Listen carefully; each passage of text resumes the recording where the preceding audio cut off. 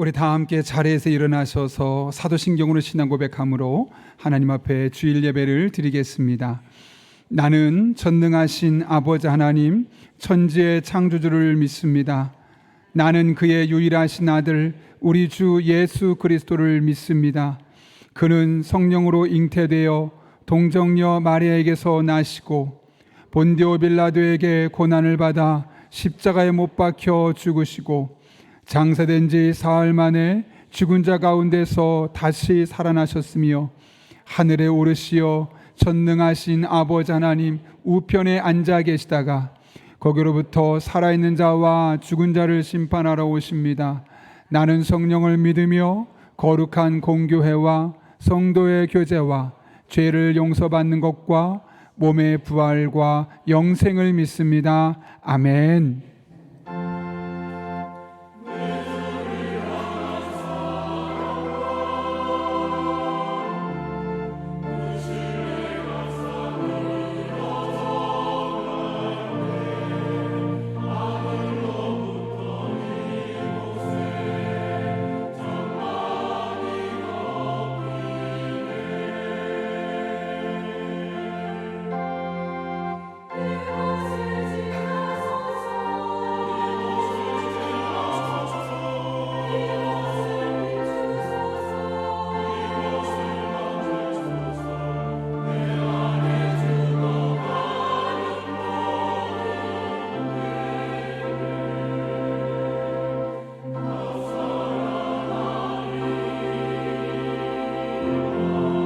생명의 주여 온전케 하시는 우리 주님을 찬양하며 나가도록 하겠습니다.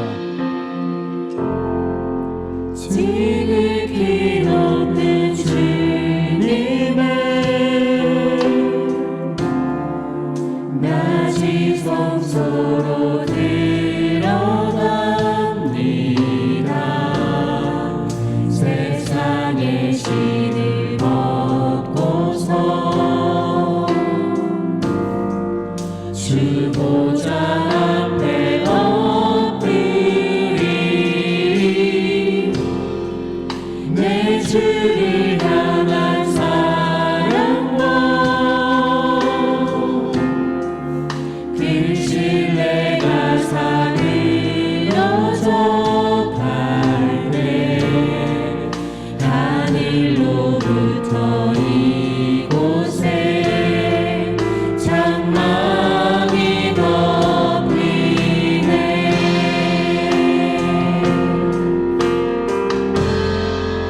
이곳을 덮으소서.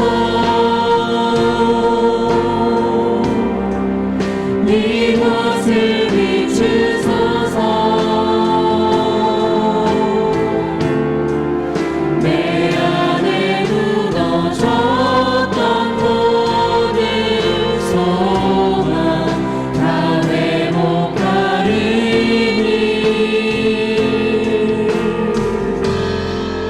이곳을 지나소서.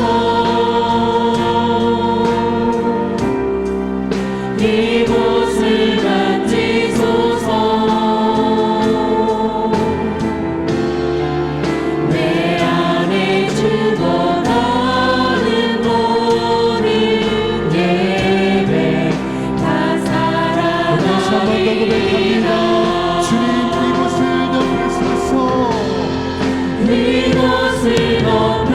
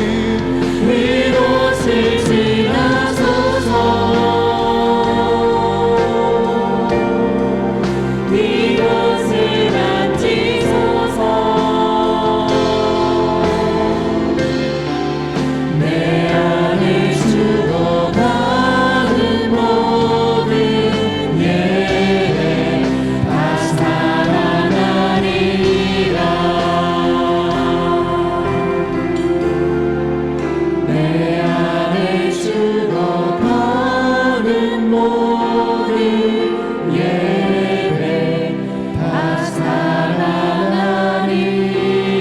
생명의 주관자 되신 하나님께 우리 감사의 박수를 올려드립니다. 네. 우리 그 자리에 앉아서 계속해서 찬양하시면서 주님의 보좌 앞으로 나아가겠습니다.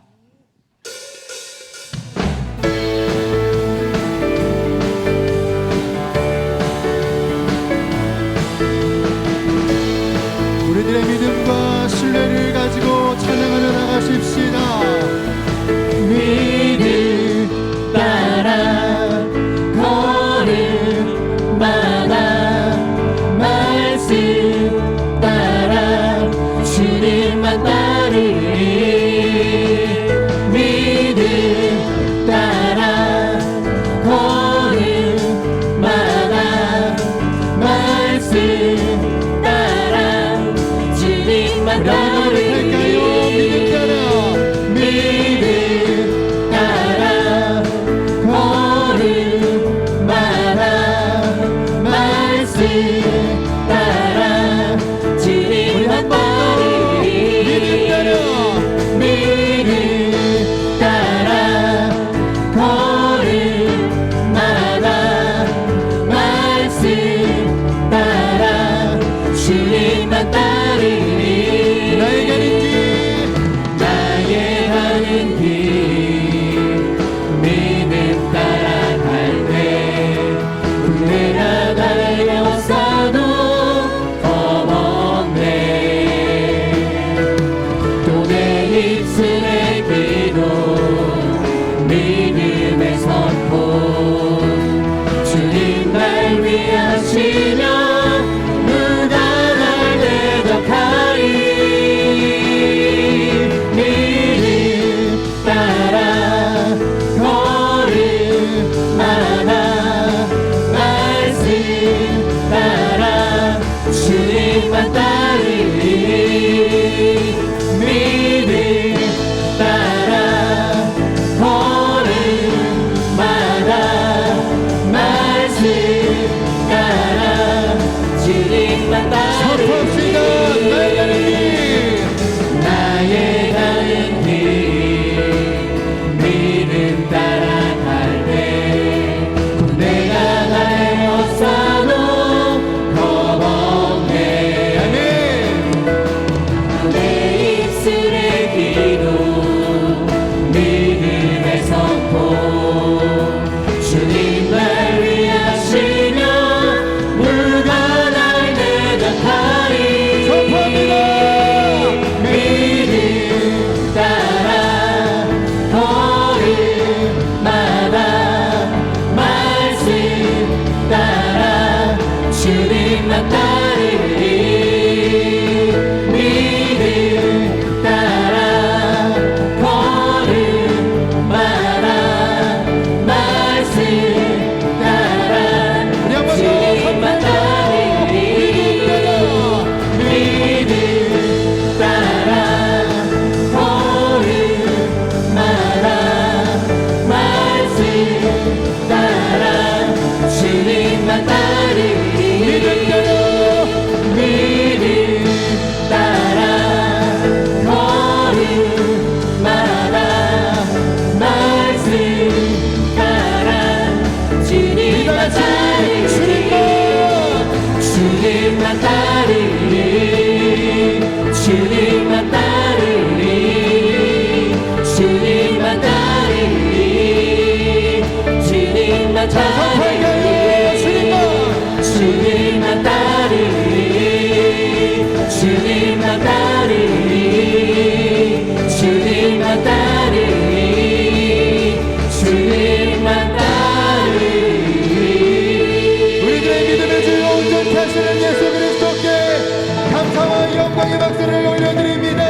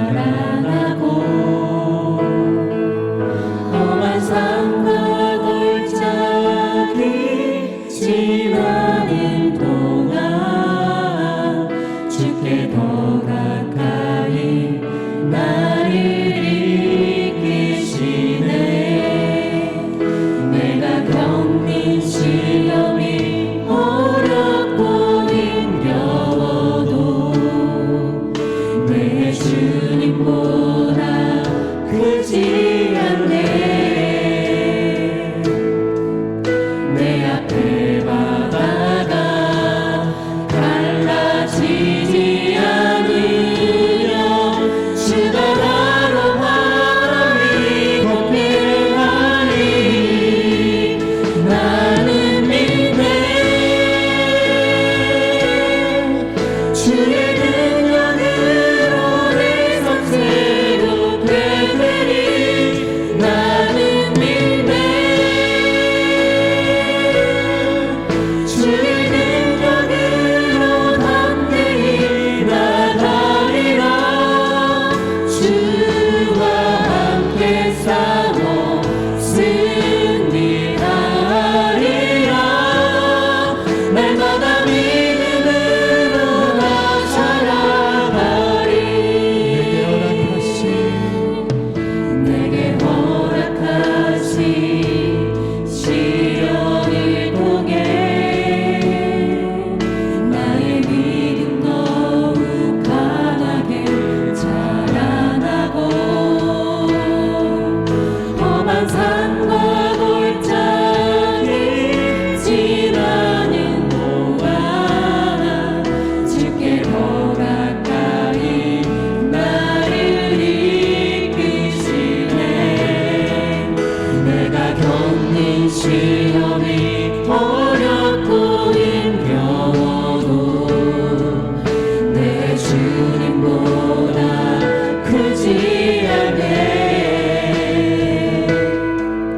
내 앞에 바다가 갈라지지 않으며 주가 나로 바다 위 걷게 하리.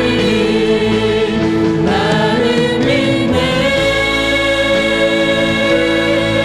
주의 능력으로 내 삶 새롭게 되리.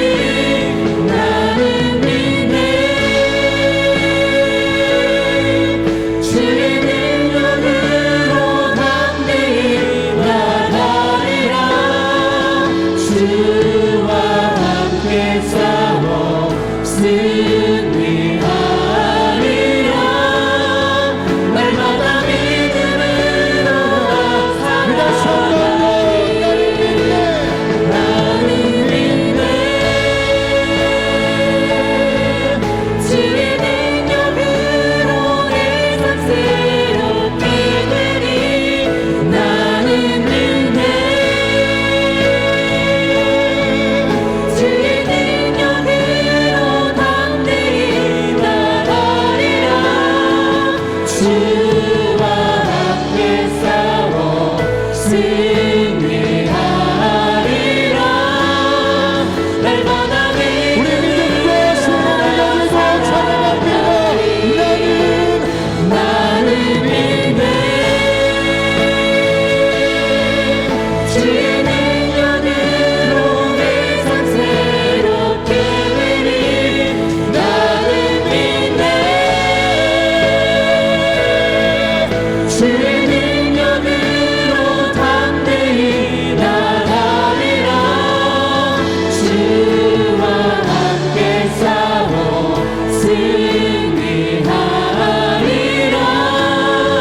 날마다 믿음으로 나 살아가리. 날마다 믿음으로 나 살아가리.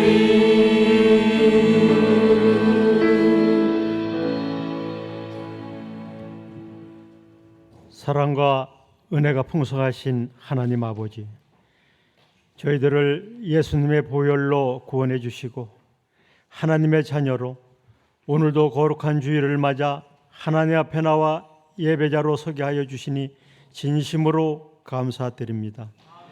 사랑의 하나님, 지난 시간들을 돌이켜보면 율법에 매여 타인을 정죄하고 바쁘다는 핑계로 하나님을 기쁘시게 하기보다는 내가 주인 되어 살아왔음을 고백합니다. 우리의 부족하고 어리석음을 예수님의 보혈로 용서하여 주시고 성령 충만하여 다시금 하나님을 기쁘시게 하는 삶으로 살아갈 수 있는 능력을 덧입혀 주옵소서.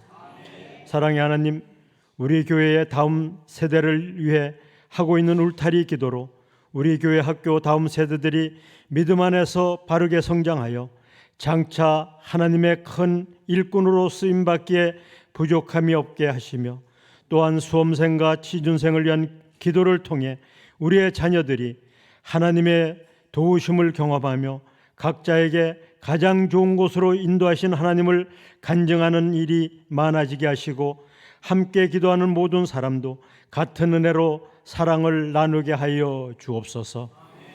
모든 성도가 블레싱 데이를 앞두고 영혼을 불쌍히 여기는 마음으로 대상자를 품고 기도하고 있습니다. 하나님이 도와주셔서 모든 대상자들이 하나님을 알아가고 믿음을 가져 하나님 앞에 나오도록 인도하여 주옵소서. 사랑의 하나님, 이 나라와 민족을 위해 기도드립니다. 대통령과 위정자들이 하나님을 두려워하는 마음으로 이 나라를 이끌어가게 하시며 겸손의 마음을 주시사 국민들의 목소리에 귀 기울이게 하시고, 또한 우리의 모든 삶의 영역에서 하나님을 인정하고 도와주심을 기대하며 국민들로부터 신뢰받는 정치를 하게 하여 주옵소서. 오늘도 세계 많은 곳에서 전쟁과 여러 가지 재앙으로 인해 어려운 시기를 보내고 있는 사람이 많이 있습니다. 불쌍히 여겨주시고 그들의 상한 마음을 치유하여 주시며 회복의 은혜를 허락하시도록 기도로 물질로 돕는 손길이 많아져 힘과 용기를 얻게 하여 주옵소서. 사랑의 하나님, 올해 우리 교회 표어인 하늘의 복을 받아 온 성도가 세상의 복을 나누는 삶을 살아가 그리스도의 향기를 바라게 하여 주옵소서. 예배를 사모하나 여러 가지 육신의 연약함으로 교회에 나오지 못하는 성도들을 하나님이 도와주셔서 함께 예배드리는 날이 속히 올 수 있도록 인도하여 주옵소서. 이 시간 하나님의 말씀을 전하실 담임 목사님에게 성령의 능력을 덧입혀 주옵시고, 선포되는 말씀을 모든 성도들은 하나님의 말씀으로 받아 삶에 잘 적용하며 영광 돌리는 삶이 되게 하시고, 교회를 섬기는 부교역자들과 여러 모양으로 헌신하는 봉사자들을 축복하여 주시고, 시온 찬양대가 정성껏 준비한 찬양을 기쁘게 받아 주옵소서. 우리를 언제나 변함없는 사랑으로 지키시고 보호해 주시는 예수님의 이름으로 기도드리옵나이다. 아멘.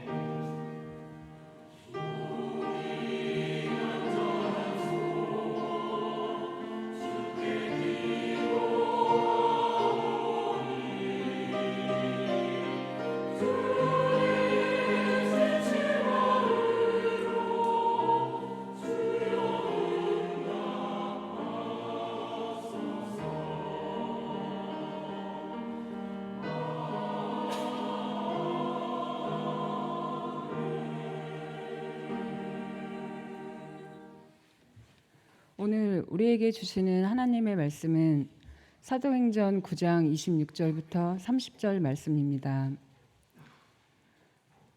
사도행전 9장 26절부터 30절 말씀입니다. 신약성경 202쪽에 있습니다. 하나님의 말씀을 봉독하겠습니다. 사울이 예루살렘에 가서 제자들을 사귀고자 하나 다 두려워하여 그가 제자됨을 믿지 아니하니 바나바가 데리고 사도들에게 가서 그가 길에서 어떻게 주를 보았는지와 주께서 그에게 말씀하신 일과 다메스에 대해서 그가 어떻게 예수의 이름으로 담대히 말하였는지를 전하니라. 사울이 제자들과 함께 있어 예루살렘에 출입하며 또 주 예수의 이름으로 담대히 말하고 헬라파와 유대인들과 함께 말하며 변론하니 그 사람들이 죽이려고 힘쓰거늘 형제들이 알고 가이사라로 데리고 내려가서 다소로 보내니라. 이것은 하나님의 말씀입니다.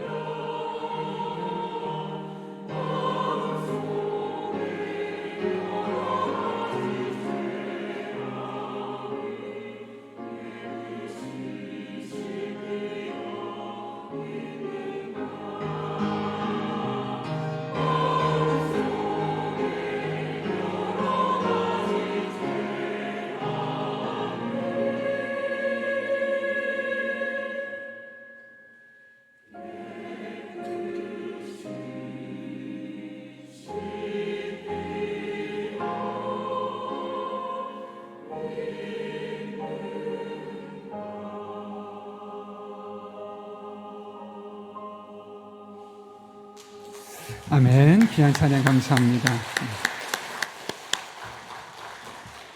네, 여러분 반갑습니다. 주보 참고하실 때 여러분 앞에 귀의 소식 먼저 전하도록 하겠습니다. 하나님께서 보내주신 귀한 분들 계신데요.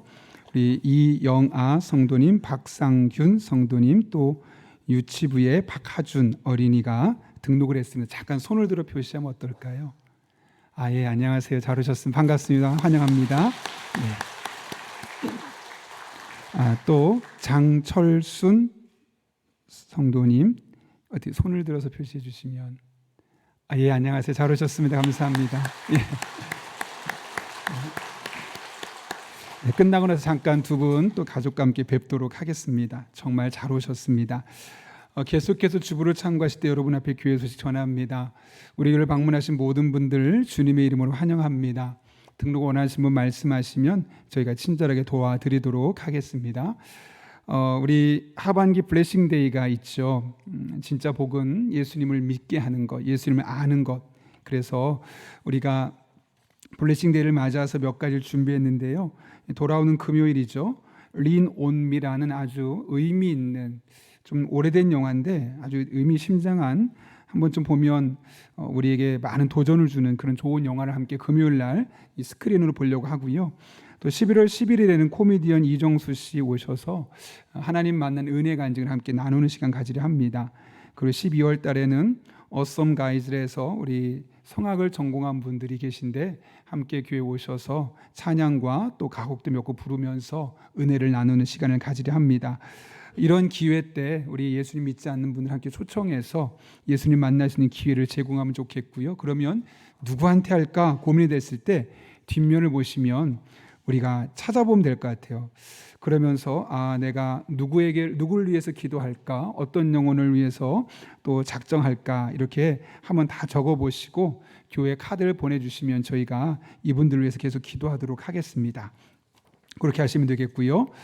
네, 오늘 3부 예배 후에 시니어 70세 이상 되신 분들 천리저수지로 야외 예배를 떠나게 됩니다. 오고 가는 길 안전하실 수 있도록, 또 날이 점점 추워지는데 교회 어르신들이 건강할 수 있도록 기도해 주시길 부탁드립니다. 11월 3일에는 새성남교회 그레이스 여성합창단에서 와서 작은 음악회로 함께하게 됩니다. 찬양 예배 시간에 함께 오셔서 은혜를 나누시면 되겠습니다.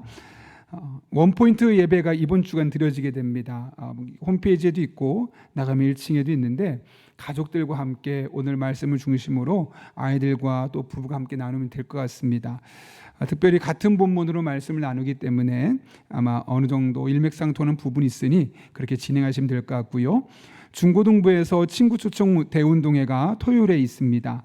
우리 아이들 많은 친구들 초청이 되고 또 즐거운 시간 보낼 수 있도록, 안전한 시간 될 수 있도록 기대해 주시고요. 3040 젊은 부부 가을 나들이가 10월 26일 토요일에 멀지 않습니다. 인더밸리에서 저희 카페를 빌렸습니다. 그래서 그곳에서 아이들과 함께 교제도 하고 게임도 하고 이렇게 진행하는 시간 가지려 합니다. 그러니 또 다른 분과 인맥을 쌓고 함께 교제하길 원하시는 분들도 많이 오시면 되겠습니다. 11월 수험생과 취업준비생을 위해서 계속 기대해 주시고요. 특별히 한 명이 추가가 됐는데 여러분 기도하실 때마다 한 명 한 명 이름을 부르면서 하나님 앞에 은혜가 있기를. 최근에 우리 취업준비생들 중에서 좋은 소식들이 들리고 있어 너무 감사합니다. 계속 그런 은혜가 있도록 함께해 주시길 부탁드립니다. 여러분 신앙 에센스 두 번째가 나왔습니다. 이번에는 삼위일체에 대해서 전반적인 내용을 다루는 것은 아니고, 그리고 우리가 신앙생활을 하면서 꼭 필요한 부분들을 한번 좋지 않을까 해서 나눴으니 한번 읽어보시면 도움이 될 겁니다. 사랑의 성미 드리는 손길이 있습니다. 이미량 집사님 가정에서 장례 위로 감사로 사랑의 성미를 드렸고 전령 어려운 이웃들을 섬기는 데 사용하도록 하겠습니다. 임민서 목사님 이번 내일부터 돌아온 주일까지 목회 연수 기간인데 또 다른 교회에서 많은 것 잘 보고 오시고 또 목사님 또 잘 쉴 수 있도록 기도해 주시기를 부탁드립니다. 더 자세한 광고는 주보를 참고하시고 우리 함께 기도하고 하나님 말씀 나누겠습니다. 거룩하신 아버지 하나님, 오늘도 저희를 불러주시고 함께 예배하게 하시고 말씀을 들을 수 있는 귀와 말씀을 들을 수 있는 마음 주신 것 진심으로 감사를 드립니다. 이 시간 하나님의 말씀을 들을 때 내게 주신 말씀으로 들려지게 하시고 그래서 이 말씀이 나를 살리고 나를 꿈꾸게 하고 내 길을 인도하는 복된 말씀이 되게 하여 주옵소서. 예수님의 이름으로 기도하옵나이다. 아멘. 우리 앞뒤 좌우에 있는 분 보시면서 이렇게 인사하겠습니다. 당신은 세상에 하나밖에 없는 분입니다. 이렇게 인사하겠습니다.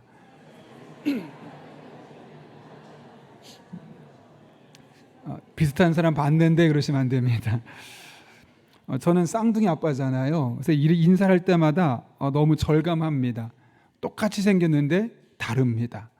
여러분 한 사람 한 사람은 그만큼 하나님이 특별하게 만드신 분이라는 사실을 늘 기억할 수 있기를 바랍니다. 아멘이 없습니다. 한국 사람 치고 명동 칼국수 모르는 사람이 있을까요? 아마 거의 없을 겁니다. 저도 오래전에 아내와 여러 차례 명동에서 먹었던 적이 있는데요. 명동 칼국수는 1969년 말 서울의 명동에서 시작되었습니다. 얼마나 유명한지 전국 방방곡곡에 동일한 상호명이 있고, 심지어 지난해 미국에 탐방 갔을 때 LA 한가운데 명동 칼국수를 보았습니다. 이 명동 칼국수가 시작될 때 사실 이 주변에 칼국수집이 이 하나인 게 아니라 많이 있었습니다. 워낙 한국 사람이 국수를 좋아하지 않습니까? 그런데도 명동 칼국수가 삽시간에 칼국수계를 평정하고 한국을 대표하는 칼국수가 된 하나의 계기가 있습니다. 처음에 명동에 이 칼국수집을 열을 때는 주 고객층이 누구였냐면 소공동이나 종로 쪽에 있는 그런 일하는 직장인들이었습니다. 그런데 저는 그때는 태어나지는 않았던 것 같은데 1970년대 초에 배추 파동이 전국을 강타했다고 합니다. 올해도 그랬던 적이 있었죠. 더 심하게 배추값이 금값이 되어서 배추김치를 먹을 수 있는 사람이 거의 없을 정도로, 심지어 식당에 있는 거의 모든 식당들은 김치 대신 단무지를 내놓을 수밖에 없을 만큼 그렇게 김치 파동이 심각했습니다. 당연히 명동 칼국수도 타격을 받을 수밖에 없었죠. 더군다나 명동 칼국수는 좋은 배추에 좋은 양념을 쓰겠다라는 그런 모토를 갖고 있어서 더욱더 피해가 클 수밖에 없었습니다. 여러분, 그 당시에 많은 식당들이 어떻게 했을까요? 아까 얘기한 것처럼 배추김치 대신에 단무지를 대신했는데, 그런데 이 명동 칼국수는 여전히 배추김치를 내놓는데 그럼에도 불구하고 가격을 올리지 않는 겁니다. 배추 파동이 끝날 때까지 이득이 조금 줄더라도 우리의 주 고객들이 즐겁게 배추를 먹으면서 칼국수를 먹으면 좋겠다, 이런 마음에 희생을 감수하기로 했던 것이죠. 그때부터 놀란 일들이 일어났습니다. 어느 식당을 가도 배추김치가 없는데 명동 칼국수에는 배추김치가 있어라는 소식이 종로와 소공동 중심으로 계속 들리기 시작하고, 을지로 주변에서 계속 오기 시작하고, 너무나 많은 사람이 오다 보니까 오랜 시간 줄을 서서 먹을 수밖에 없을 만큼 웨이팅이 길어지기까지도 했습니다. 그의 배추 파동이 상당 기간 동안 지속되었는데, 그 파동이 있는 기간 내내 명동 칼국수는 이미 장안의 명물이 되었습니다. 왜요? 계속해서 배추김치를 내놓았기 때문에요. 그러면서 오늘날은 국제적인 명성까지도 날리고 있는 것이죠. 이 이야기를 책을 통해 보면서 명동 칼국수가 왜 그랬을까 한번 생각해 보았습니다. 왜 그랬을까요, 여러분? 당장의 나의 이익만 생각하기보다는 우리 고객들의 행복까지도 생각하고자 했던 그 사장님의 마인드가 있었기 때문에 그런 것이죠. 그리고 그것은 우리 인간들은 서로 연결되어 있다라는 아주 단순한 진리가 기반이 되었을 겁니다. 그런 것 아니겠습니까? 내가 돈을 많이 버는 것도 좋지만 이 음식을 맛있게 먹고 이 사람들이 각자 삶의 자료로 나가서 열심히 일하면 그 가정도 행복해지겠고 그 직장도 잘 되겠고, 그럼 더 많은 사람이 이제 경제 활성화가 되면서 많은 사람이 찾아오게 되겠고, 그런 선순환을 생각하면서 당장의 나 개인의 이익을 넘어서서 함께 유익할 수 있는 방법이 무엇일까를 진지하게 고민했기 때문에 이런 방법을 선택하게 되었던 겁니다. 이처럼 관계를 중요하게 생각했던 명동 칼국수 사장님처럼 우리 신앙도 돌아보면 관계임을 우리 늘 깨닫게 됩니다. 가장 먼저는 하나님과의 관계죠. 이것은 우리가 당연한 겁니다. 그런데 우리의 삶을 돌아보면 다른 사람과 내가 어떤 관계를 맺고 있느냐에 따라서 나의 신앙생활의 질이 현격하게 달라지는 것을 보게 됩니다. 다른 사람과 나의 관계가 좋으면 신앙생활도 재밌습니다. 그런데 뭔가 내 마음을 불편하게 만드는 사람이 한 명이라도 있으면 왠지 모르게 신앙생활이 삐걱거리기 시작합니다. 그래서 신앙생활을 잘 하려면, 즐겁게 하려면 하나님을 마음껏 사랑하고 그 주신 사랑으로 나를 사랑하고 나를 사랑하는 만큼 다른 사람을 함께 사랑하게 될 때, 그럴 때 우리의 신앙생활도 행복할 뿐만 아니라 일상생활도 은혜가 넘치는 삶을 살아갈 수 있는 것이죠. 그런 맥락으로 오늘 본문의 말씀을 함께 살펴보려 합니다. 본문은 관계의 달인이라고 부르기에 부끄러움이 없었던 바나바의 이야기를 우리에게 소개하고 있습니다. 다메섹으로 가는 길에 예수님을 만나게 되었고 예수님만이 참 진리임을 깨닫게 되었던 사울은 예수님만이 구원자이십니다라는 진리를 적극적으로 전하기 시작했습니다. 그런데 그것을 못마땅하게 여겼던 사람들이 있죠. 바로 유대인들입니다. 그들은 사울을 죽이려 했습니다. 우리가 부인하는 예수가 구원자라고, 이 땅의 메시아라고 말도 안 돼. 사울만 죽이면 될 거야 해서 적극적으로 모략을 꾸며서 사울을 죽이려 한 것이죠. 그러나 사울은 제자들의 도움으로 가까스로 다메섹을 탈출하게 되었고 이후의 행로를 예루살렘으로 결정하게 됩니다. 왜 예루살렘으로 가게 되었을까요? 그 이유를 오늘 본문 26절은 이렇게 소개하고 있죠. 한번 같이 읽어볼까요? 읽습니다. 시작. 사울이 예루살렘에 가서 그가 제자됨을 믿지 아니하니. 아멘. 여러분, 사울이 왜 예루살렘에 오게 되었다고요? 제자들을 사귀기 위해서입니다. 여기 사귄다라는 단어가 어떤 뜻이냐면 콜라스다이라는 헬라어거든요. 딱 붙어 있다, 참여시킨다, 이런 뜻을 갖고 있어요. 그러니까 잠깐 만나러 온 것이 아니라 사귀러 왔다고 그랬죠. 단순히 와서 얼굴 보고 인사하고 가는 정도가 아니라 찰싹 달라붙어서 그들의 공동체에 참여하면서 친밀한 교제를 하고 싶어서 사울이 지금 예루살렘에 와서 제자들과 함께 만나려 하고 있다는 것이죠. 사실 여러분, 사울은 매우 유능한 사람이었습니다. 그래서 그를 따르는 사람이 참 많았죠. 돈이 많은 사람도 있었고 인맥이 넓은 사람도 있었고 심지어 그를 따르게 했던 많은 사람은 그의 제자가 되기를 자처하기도 했습니다. 이른바 그는 탄탄한 인맥을 갖추고 있었습니다. 인맥에 있어서만큼은 부족할 게 없는 사람, 흔히 말하는 인맥 왕이었습니다. 그런데 그는 왜 그 많은 인맥들을 두고 제자들을 사귀려 했을까요? 말 그대로 그 제자들을 사귀려 했기 때문이에요. 친밀한 교제를 나눌 수 있는 사람이 필요했기 때문에 그렇습니다. 주변에 유명한 사람도 있고 그 분야에 실력 있는 사람도 있고 나를 추종하는 사람도 분명히 있었지만 내 속마음을 터놓고 함께 마음과 마음을 나눌 수 있는 그 한 사람, 내 마음을 알아줄 수 있는 그 한 사람을 찾기 위해서 제자들의 공동체로 오게 되었던 것이죠. 어제 저에게 전화가, 저의 전에 이전 교회에서 사역했던 한 목사님한테 전화가 왔어요. 그래서 둘이 전화를 하고 나서 딱 끊고 얼마나 통화했나 봤더니 얼마였을까요, 여러분? 2시간 41분이요. 뭔 남자가 이렇게 많이 만나. 사실 제가 막 이야기한 건 없고 거의 들었어요. 한 교회에서 부교역자로 지금 사역을 하고 있는데 더 힘들다는 거예요.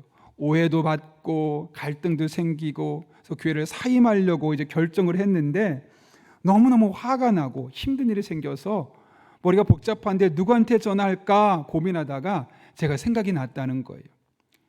그러면서 하는 말이 자기가 이런 고민과 스트레스를 많이 받고 있는데 이거를 교회에 아무리 가까워도 평신도들에게 다 이야기할 수도 없는 거고 또 아내한테 이야기하면 아내가 어떨까요? 괜히 근심 걱정할까 봐 아내한테도 말을 할 수 없고 또 그렇다면 본인 동기들한테 이야기하면 내 너 그럴 줄 알았어 이런 비난에서 들을까 봐 아무도 말할 수 없는 겁니다. 그러다가 같은 목사이고 한때 저랑 같이 사역했던 분이니까 나한테 이야기하면 잘 들어게 주겠지 하는 마음에 전화를 하셨다는 거예요. 그리고 나서 전화를 끝내면서 너무 고맙고 미안하다고, 토요일날 설교 준비해야 되는데 2시간 반 이상 내가 시간 빼서 미안하다고, 그러면서 마지막 했던 말이 참 의미가 있었어요. 목사님하고 이야기하고 났더니 스트레스가 다 풀렸고 화가 났던 마음이 진정이 되었다는 거예요. 얼마나 힘들면 이 스트레스 때문에 대상포진까지 왔었다고 하더라고요. 근데 이제 좀 마음이 털털 털고 그냥 편안하게 사임할 수 있을 것 같다고 그런 얘기를 하는 겁니다. 근데 사실 제가 그 얘기를 듣고 나서 내가 해준 말이 별로 없는데 목사님 이야기할 때 그렇군요. 그래요? 그 사람 왜 그러지? 속상하겠네요. 사실 이렇게 추임새 넣은 것밖에 없습니다. 그러다 보니까 어느덧 2시간 40분을 대화를 한 거죠. 그런데 목사님은 그 추임새만으로도 같은 목사가 이야기를 들어주고 누군가에게 내가 끙끙 앓던 것을 이야기할 수 있다는 그 사실 하나만으로도 그 마음의 응어리들이 다 풀려버렸다는 거예요. 사울도 마찬가지 아니었겠습니까, 여러분? 아무리 옆에 유능한 사람이 있고 실력 있는 사람이 있고 많은 사람이 있어요. 그를 따르는 제자들도 꽤 있었어요. 그런데 자신의 이야기를 듣고 동일한 마음으로 공감해 줄 수 있는 누군가가 필요한 것이죠. 그래서 자신과 함께 같은 일을 감당하고 있었던 제자들을 찾아게 되었던 겁니다. 인간은 본질적으로 관계적입니다. 다른 사람과 대화하며 마음과 마음을 나누는 시간이 없으면 외로워지고 힘을 잃고 좌절하는 것이 인간의 본성입니다. 성경을 보면 하나님은 인간을 만드시고 또 세상을 만드시고들 보시기에 좋았더라라고 말씀하셨죠. 그런데 그 하나님이 처음으로 보시기에 좋지 않다라고 하신 장면이 있어요. 언제일까요, 여러분? 아담이 혼자 있는 모습을 보고 아무도 대화할 수 없는 아담의 모습을 보고 하나님이 보기 좋지 않다고 했어요. 창세기 2장 18절 말씀이죠. 여호와 하나님이 이르시되 사람이 혼자 사는 것이 좋지 아니하니 내가 그를 위하여 돕는 배필을 지으리라 하시니라. 여러분, 이때가 언제입니까? 하나님과 직접 말하고 하나님과 직접 영적으로 소통하던 때예요. 오늘날로 말하면 성령 충만하고 늘 하나님이 말씀이 내게 주신 말씀을 들려지고 그런 일상의 삶을 사는 때예요. 하나님과 관계가 너무너무 좋아요. 하나님 뭐라 그러세요? 사람이 혼자 사는 것이 좋지 않다. 하나님과 아무리 관계가 좋아도 사람은 사람이 채워줘야 할 몫이 있다는 거예요. 사람만이 채워줄 수 있는 그 빈자리를 누구나 가지고 있다는 거예요. 때로는 배우자가 그 빈자리를 채워줄 수 있고 때로는 비슷한 상황을 겪었던 사람이 그 자리를 메꿔줄 수 있으며 때로는 영적인 지도자가, 때로는 친구가, 때로는 회사의 동료가, 때로는 교회에 있는 수많은 사람 중에 누군가가 나의 빈자리를 채워줄 수 있는 사람이라는 거죠. 그것은 하나님이 하신 일이 아니라 사람으로만 채울 수밖에 없는 그런 빈자리가 누구에게나 있기 때문에 그런 겁니다. 한 작은 교회 사모님을 알고 있어요. 누구보다 참 열심히 사역하세요. 비전과 열정도 특별하시고, 그리고 교회가 작다 보니까 성도들과 늘 만나죠. 밥도 하고 주중에도 만나고 계속 만나는데 어느 날부터 좀 힘든 일이 생긴 거예요, 가정적으로. 근데 그 이야기를 누구한테 이야기하겠어요? 성도님한테 이야기할 수가 없잖아요. 그렇다고 남편한테 이야기할 수도 없고 다른 사모님들한테 이야기하면 우리 가정만 욕하는 것 같아서 아무 이야기할 수 없고, 찾고 찾다가 어느 저 멀리 소그룹 같은 게 있다는 걸 알고 거기를 들어가게 된 거예요. 그래서 주중에 일하다가 주말에 한 번쯤 가서 그 소그룹에 가서 자기와 비슷한 상황에 있는 사람들과 이야기를 나누고 마음을 나누다 보면 후련해지는 거죠. 그리고 다시 집으로 와서 가정에서 남편과 또 일상의 삶을 살아가고 또 교회 성도들을 목회적으로 돌보고, 그래서 마음을 편안하게 다시 회복하는 시간을 가질 수 있었노라고 이야기를 하는 겁니다. 교회가 이상해서가 아니라 다른 사람이 채워줄 수 없는, 성도가 채워줄 수 없는, 남편도 채워줄 수 없는 비슷한 상황에는 누군가만 채워줄 수 있는 그 자리가 누구에게나 있기 때문이에요.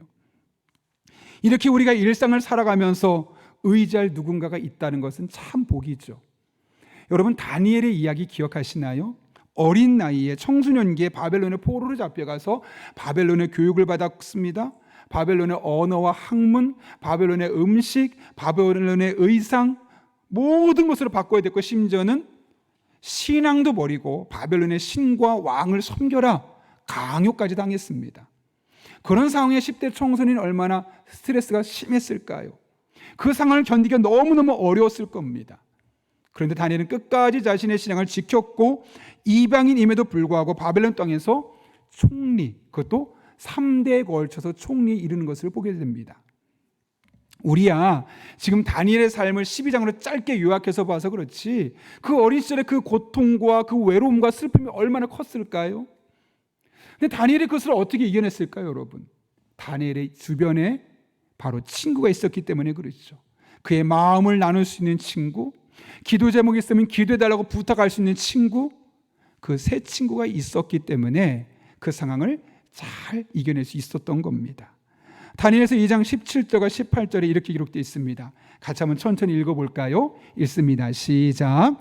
이에 다니엘이 자기 집으로 돌아와서 그 친구 다니엘과 친구들이 바벨론의 다른 지혜자들과 함께 죽임을 당하지 않게 하시기를 그들로 하여금 구하게 하니라. 아멘. 다니엘과 그 친구를 죽이려 하는 바벨론의 왕의 이야기를 듣고 나서 혼자 스트레스만 받다가 끙끙거리다 끝난 것이 아니라 당장 그 이야기를 친구들에게 가서 알린 거예요. 그래, 친구들아, 이런 상황인데 우리를 위해서 함께 기도하자. 우리가 죽지 않을 수 있도록 함께 기도하자.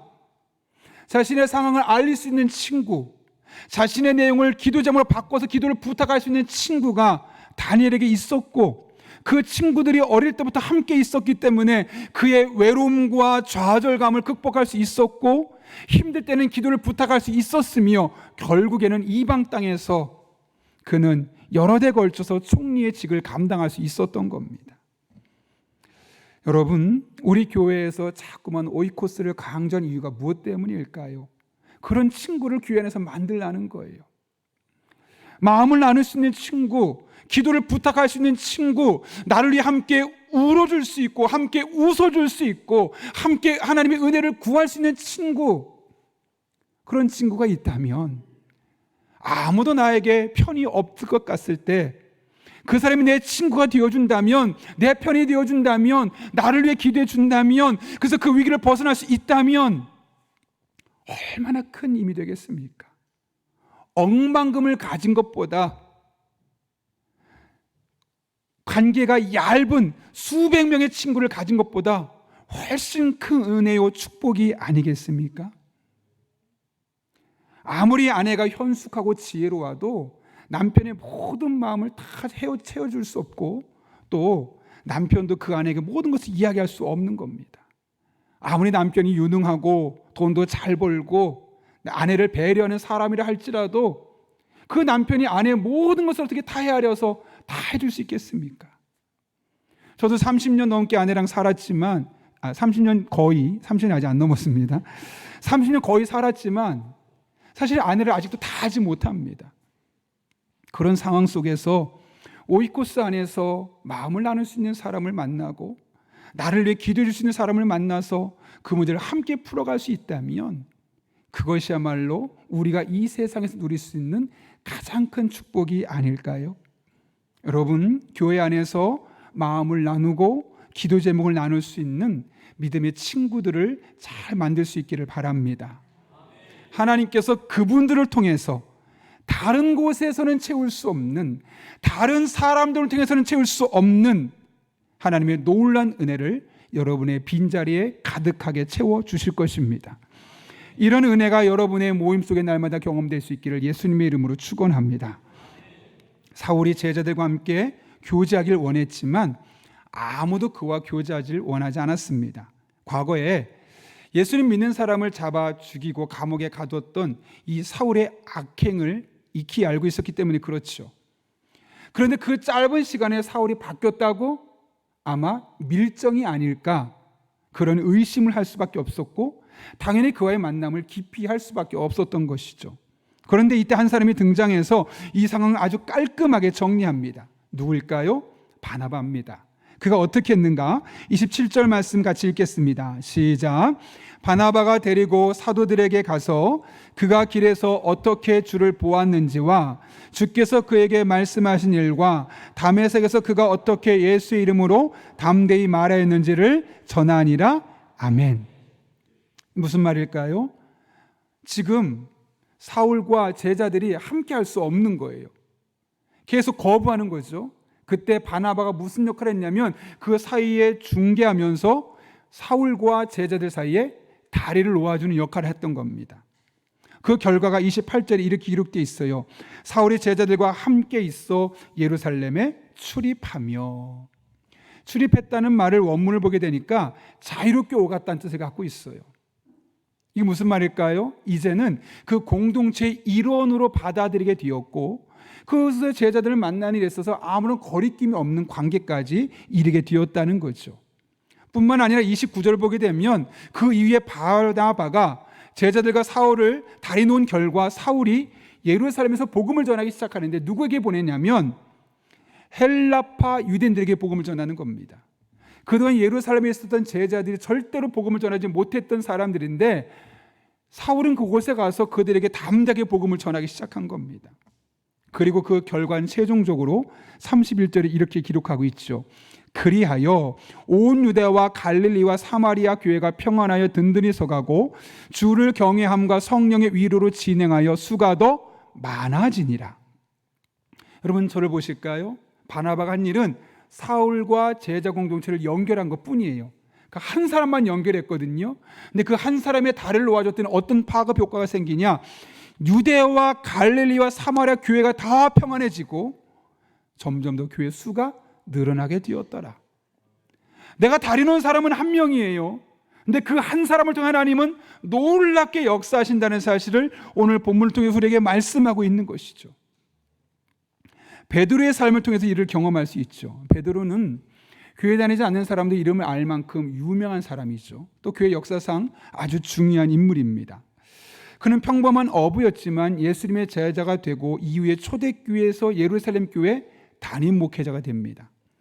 사도행전을 보면 그가 한 번 설교할 때 3,000명이 예수님 믿겠다고 회심하고 성도가 늘어나고 또 어떤 때는 5,000명이 예수님 믿겠노라고 설교 2번에 성도가 8,000명이 늘어났습니다.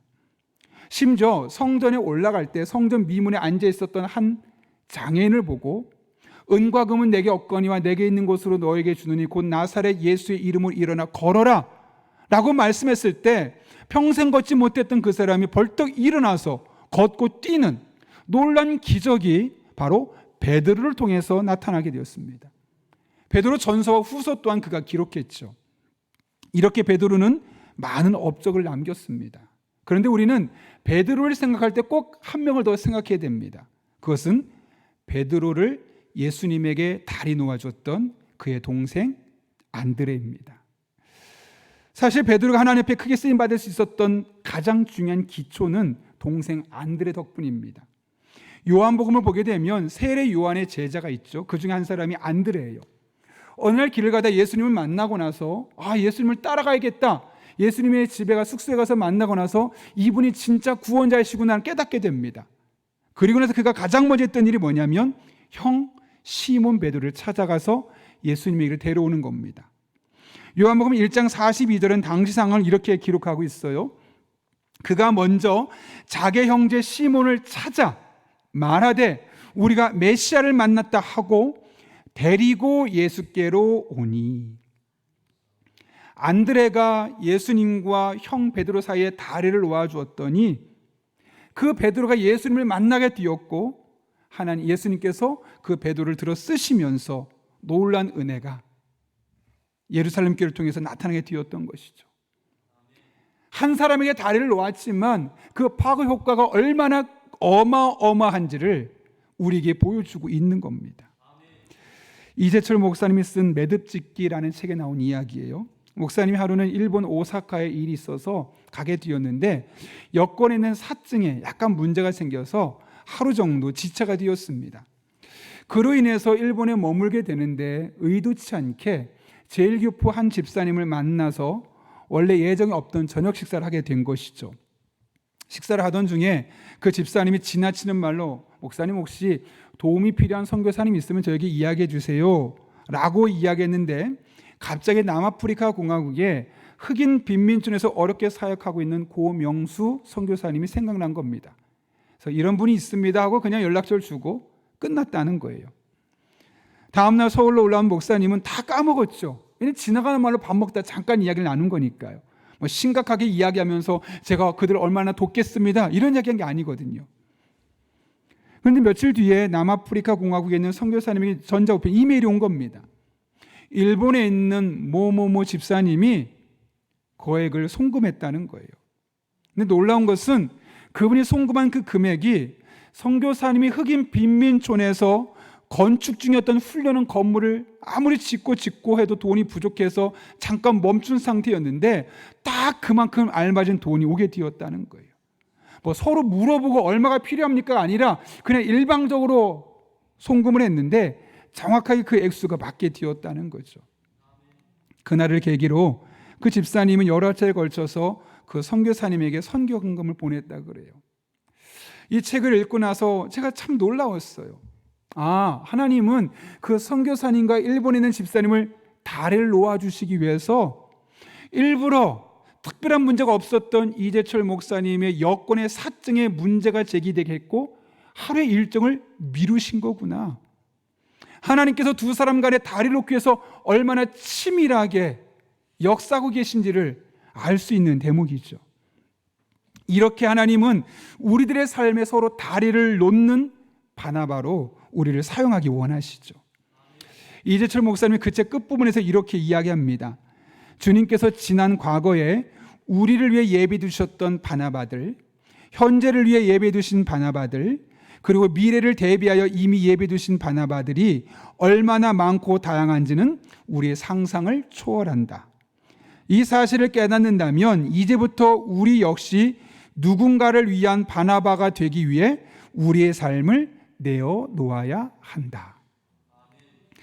여러분의 삶 한번 돌아보십시오. 여러분의 삶에 하나님께서 수많은 바나바를 보내주셔서 오늘날 여러분의 모습이 있게 된 거 아닐까요?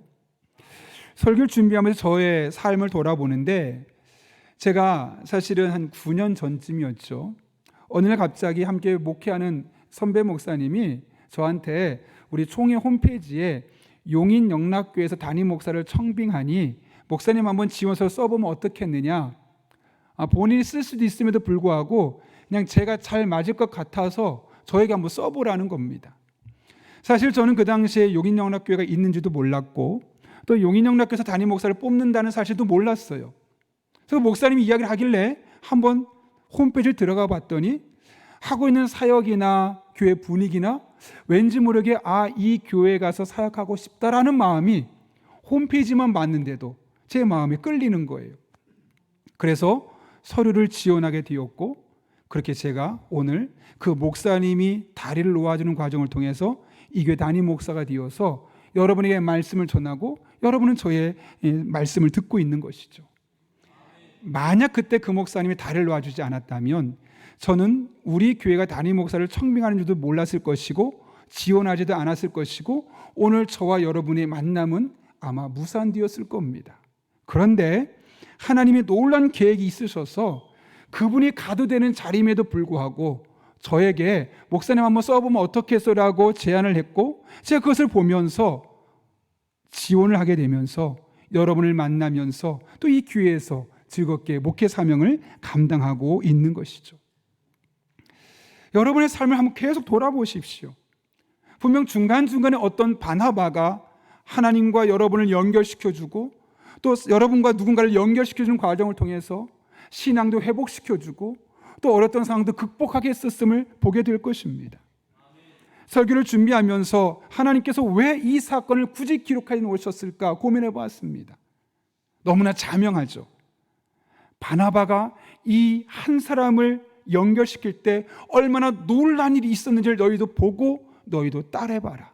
너는 한 사람을 연결시켜 주겠지만 내가 그 한 사람을 통해서 놀란 일들을 행하겠다. 그 한 사람을 통해서 온 유다와 갈릴리와 사마리아 땅에 교회들이 건강했던 것처럼 너희들의 그 다리 맺는 그 관계를 통해서 내가 놀란 은혜를 베풀어 주겠다. 이런 메시지를 우리에게 주시기 위함 아니었을까요? 여러분, 우리가 이 사실을 깨닫는다면 이제는 우리도 누군가에게 다리를 놓는 사람으로, 다리를 놓는 바나바의 삶을 살아야 되지 않을까요?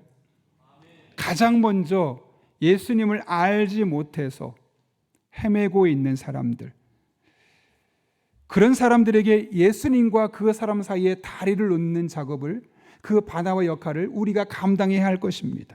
그리고 주변을 돌아보면 이런저런 이유로 아파하고 좌절하고 낙심하고 신앙을 떠나려 하고 이미 떠난 수많은 사람들이 주변에 보일 겁니다.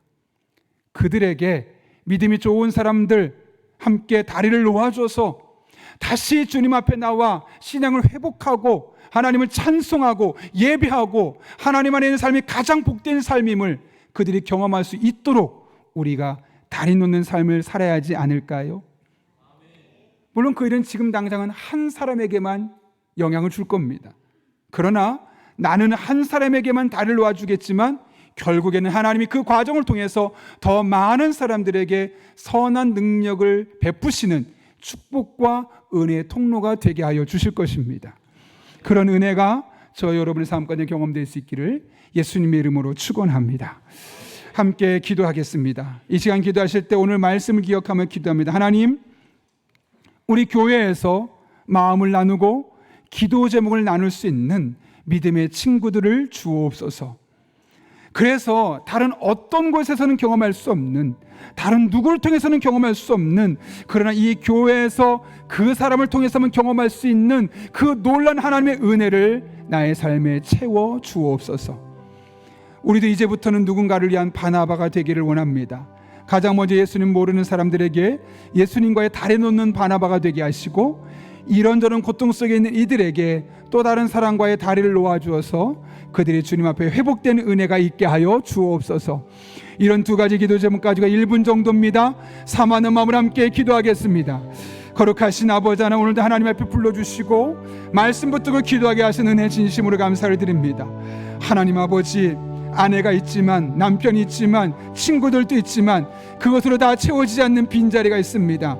하나님 앞에 나와서 예배하지만 채워지지 않는 빈자리가 있습니다. 믿음의 사람들을 통해 채워질 그 빈자리를 오이코스 안에서, 소그룹 안에서, 다양한 봉사 모임 안에서 함께 마음을 나누고 함께 기도 제목을 나눌 때 그 무엇으로도 채울 수 없었던 빈자리를 충만하게 채워주셔서 기쁘게 하시고 만족 있게 하시고 하나님 옆에 행복한 일상을 살아갈 수 있도록 하나님 아버지 은혜를 더하여 주옵소서. 우리가 누군가 다리 놓는 사람이 있었기에 오늘과 같이 살 수 있었습니다. 우리 또한 이제는 다른 사람에게 다리를 놓는 사람으로 살기를 원합니다. 예수님 모르는 이들에게 다리 놓는, 예수님과의 다리를 놓는 이가 되게 도와주시고, 이런저런 고통 속에 힘겨워하고 있는 성도들에게 믿음으로 권면해 주시는 사람께 다리를 놓을 때 일어서게 하시고 극복하게 하시고 믿음 안에 새로워질 수 있는 놀라운 은혜를 경험하게 하여 주옵소서. 거룩하신 아버지 하나님, 오늘 하나님의 말씀을 통하여 이 한 주를 어떻게 어떤 마음으로 살아야 할지를 깨닫게 하신 것 진심으로 감사를 드립니다.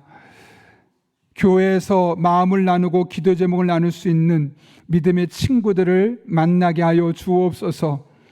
아무리 배우자가 잘해줘도, 아무리 많은 친구가 있어도 교회에서 믿음의 사람들만 채워줄 수 있는 빈자리가 있사온데 함께 찾고 함께 채울 때 세상 그 무엇으로 채울 수 없는 충만한 기쁨과 감격과 감사가 넘치는 복된 삶 되게 하여 주옵소서. 누군가가 바나바가 되어줘서 여기까지 올 수 있었습니다. 이제부터는 우리가 누군가에게 바나바가 되어주길 원합니다. 예수님을 모르는 이들에게 예수님을 다리 놓는 바나바가 되길 원하고, 이런저런 고통 속에 힘겨워하고 있는 성도들에게 그 상황을 이길 수 있는 믿음의 사람들을 다리 놓아줄 수 있는 믿음의 바나바가 되게 도와주셔서 이 어려운 시기들을 잘 극복해내게 하시고 믿음이 회복되게 하여 주시고 다시 하나님 앞에 일어설 수 있는 놀라운 은혜를 경험하게 하여 주옵소서. 예수님의 이름으로 기도하옵나이다. 아멘. 우리 찬송가 503장 부르실 때 마지막 절에 일어서서 봉헌하시겠습니다.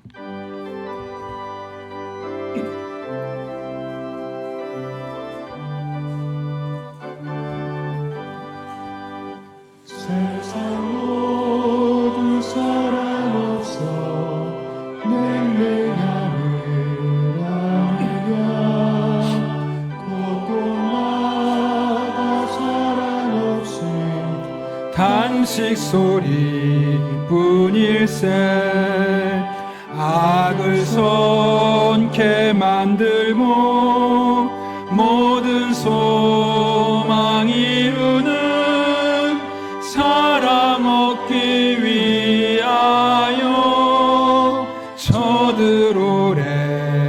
참았네.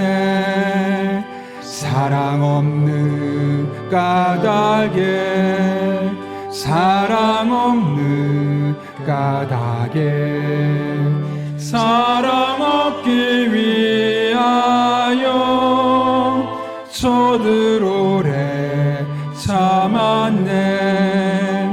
곳곳마다 범미 남은 사랑 없는 연고요. 측은하게 손을 펴고 사랑받기 원하네. 어떤 이는 고통과 근심 걱정 많으나 사랑 없는 까닭에 저들 실망하도다. 사랑 없는 까닭에, 사랑 없는 까닭에, 사랑 없는 까닭에 저들 실망하였다.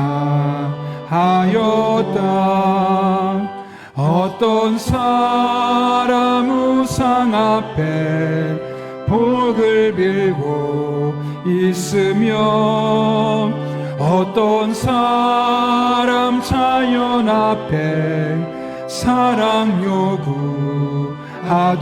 요구하도다. 먼저 믿는 사람들 예수 사랑 가지고 나타내지 않으면 저들 실망하겠네. 예수 사랑 가지고, 예수 사랑 가지고 나타내지 않으면 저들 실망하겠네.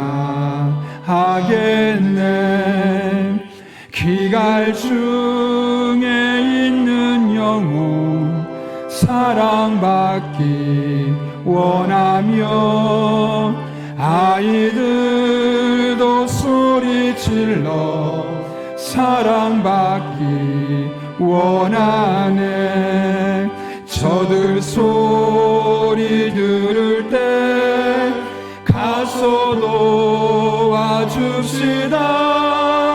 만민 중에 나가서 예수 사랑 전하세. 예수 사랑 전하세. 예수 사랑 전하세. 만민 중에 나가서 예수 사랑 전하세. 살아계신 아버지 하나님, 사랑 없어 냉랭한 세상, 탄식할 수밖에 없는 세상을 살고 있는 우리들을 이 험한 세상에 내팽개치지 아니하시고 늘 품어주시며 새 힘을 주셔서 다시 일어서게 하시고 일주일을 믿음으로 살게 하시며 오늘 이렇게 주님 앞에 나와 예배하게 하신 은혜 진심으로 감사를 드립니다. 이 모든 것이 하나님의 은혜로 우리에게 주어진 것임을 알기에 오늘 우리가 빈손으로 나오지 아니하고 우리의 신앙의 고백을 담아 하나님을 사랑하는 마음을 담아 하나님 앞에 다양한 제물로 예물 드리오니 모든 예물들 기쁘게 받아 주시옵고 이 한 주도 우리 성도들의 삶에 가장 좋은 곳으로 갚아주시는 복된 한 주간 되게 하여 주옵소서. 우리 성도들의 피와 땀과 눈물이 담겨있는 예물들입니다. 단 한 푼도 들을 쓰여지지 아니하도록 영적인 지혜와 분별을 주시고 깨어 기도하는 우리 성도들, 우리 교회 되게 하여 주옵소서. 사랑 없는 세상으로 나아갑니다. 때를 따라 돕는 은혜로 힘과 능력과 지혜와 만남의 복을 허락해 주시고 특별히 성령 충만한 가운데 기도할 때 모든 것을 합력해서 오늘 이루신 하나님 만난 은혜 고백들이 넘쳐나는 복된 성도님들 되게 하여 주옵소서. 이렇게 저렇게 힘들다고 말하는 세상을 살아가고 있습니다. 이러한 때 하나님 날개의 그늘 안에 품어주시고 눈동자처럼 지켜주시고 지난 일주일 한 주간을 살아갈 때 하나님의 은혜입니다. 끊임없이 우리들의 입술을 간증할 수 있도록 복의 복을 더하여 주옵소서. 예수님의 이름으로 기도합나이다. 아멘. 우리 함께 파송의 찬양 부르고 축도함으로 예배 마치도록 하겠습니다.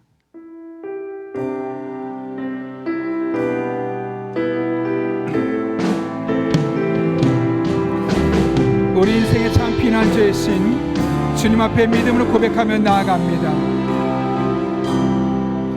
나의 피난처 예수 의지해요. 주님만이 우리 인생의 피난처가 되십니다. 나의 피난처 예수 의지해요. 아멘. 나의 가는 길에 거센 바람 몰아쳐와도 나의 피난처 예수 의지해요. 주님만을 사랑합니다.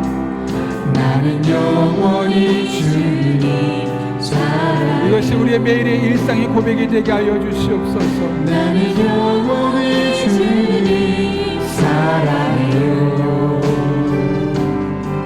세상 어떤 것도 나의 사랑 끊을 수 없네. 나는 영원히 주님 사랑해요. 마음껏 고백합니다. 아버지 나를 사랑하시니 나의 모든 것 주께 드려요. 아멘. 아버지 내가 여기 있으니 주님 영광 위하여 써주세요. 아버지 나를 사랑하시니 나의 모든 것 주께 드려요. 아멘. 아멘. 내가 여기 있으니 주님 영광 위하여 써주세요. 주님 교회 위하여 주님 교회 나라 위하여 주님 나라 위하여 써주세요. 지금은 우리 주 예수 그리스도의 은혜와 하나님 아버지의 변함없는 사랑과 힘주시고 능력주시고 지혜주시는 성령님의 역사하심이 오늘 주신 말씀을 내게 주신 말씀으로 받고 다른 누가 채워줄 수 없는 믿음의 사람들만 채워줄 수 있는 영역이 있음을 깨닫고 교회 안에서 함께 마음을 나누고 기도 제목을 나눌 수 있는 믿음의 관계를 맺으며 그동안 우리가 누군가로 인하여 다리 맺어줌을 인하여 여기까지 살게 되었는데 앞으로 많은 사람을 돌아보며 다리 맺어주는 사역을 감당했던 바나바와 같이 살기로 결단하는 이 자리 머리 숙인 한 영혼 위에 그들의 삶의 자리, 우리 교회와 나라와 민족, 북한 땅과 온 세계 열방 가운데 이제부터 영원토록 함께 하시옵기를 간절히 축원하옵나이다. 아멘.